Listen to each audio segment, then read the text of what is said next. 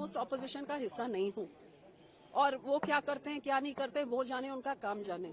मैं सिर्फ इतना समझती हूँ कि मैंने 18 साल में ऐसे नहीं देखा है जिस तरीके से ये हाउस चलाया जा रहा है।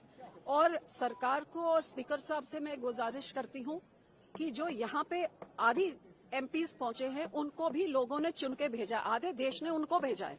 सिर्फ सरकार को नहीं, देशवासियों ने चुना है, ऑपोजिशन को भी चुना है। और चुना इसलिए कि हम वहां जाके लोगों की आवाज उठाएं और सरकार की गलत नीतियों के बारे में सरकार को जगाएं। पर जे आप बोलने ही नहीं देंगे तो फिर इस हाउस में लोगों का पैसा खर्चा क्यों किया है आपने?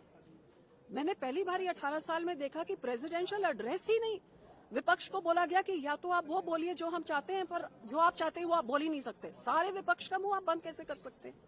हर एक को इधर हक है अपनी बात रखने का, और पक्ष जो मर्जी बोली जाए, उनके एमपीज कुछ भी बोल लें।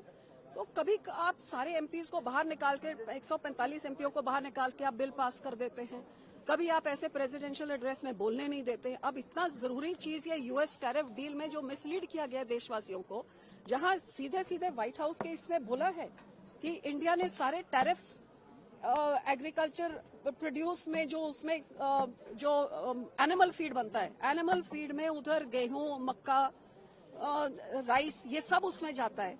एथेनॉल में से, कई सारे फ्रेश फ्रूट्स में से, नट्स में से, सब में से जीरो टैरिफ कर दिया है। तो वो जो एक सेफ गार्ड होती थी, आपने तो एंट्री दे दी। और किसान, अब एप्पल वाले किसान पूछे पहाड़ों में क्या किसान, हिंदुस्तानी एप्पल का क्या हुआ जब से विदेशी एप्पल आया है? अब इसी तरह एनिमल फीड के राही मॉडिफाइड, जीएम मॉडिफाइड सारा कुछ आ जाएगा। तो जो देश के किसानों से खरीदते थे, एथेनॉल बनता था हमारे किसान के पूरे, सब आपने जीरो कर दिया है। तो उन देशों में तो किसानों को 80-85% तक सब्सिडाइज करते हैं। उनके प्राइसेस के साथ हमारे किसान कहाँ कम्पीट कर सकते, जिनको तो एमएसपी तक भी नहीं मिलता है पूरा।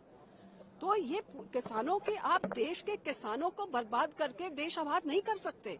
इतनी $1 ट्रिलियन इकोनॉमी का क्या करना है? जो 50% जो गांव में बैठती है जनता, जो उनकी रोजी पर लात मारेंगे, तो ये एंट्री देने की जरूरत क्या थी? ये घुटने टेकने की जरूरत क्या थी, जो आज तक किसी सरकार ने नहीं किया? बहुत जरूरी मुद्दा है जिसका जवाब सरकार को देना चाहिए। पार्टी का क्या स्टैंड रहेगा अगर विपक्ष के द्वारा नो कॉन्फिडेंस मोशन स्पीकर के खिलाफ मूव किया जाता है? देखिए, ये मेरी पार्टी फैसला करेगी, मैं विपक्ष का हिस्सा नहीं हूँ। मैं अब भी आग्रह करती हूँ कि सरकार कोई समझौता करे, विपक्ष को बोलने दे। यहाँ पे हम सब भेजे गए हैं बोलने के लिए। जी, आप बोलने में ही बैन, गैग लगा देंगे, बैन लगा देंगे, तो ये क्यों बनाया ये फिर पार्लियामेंट नया वाला?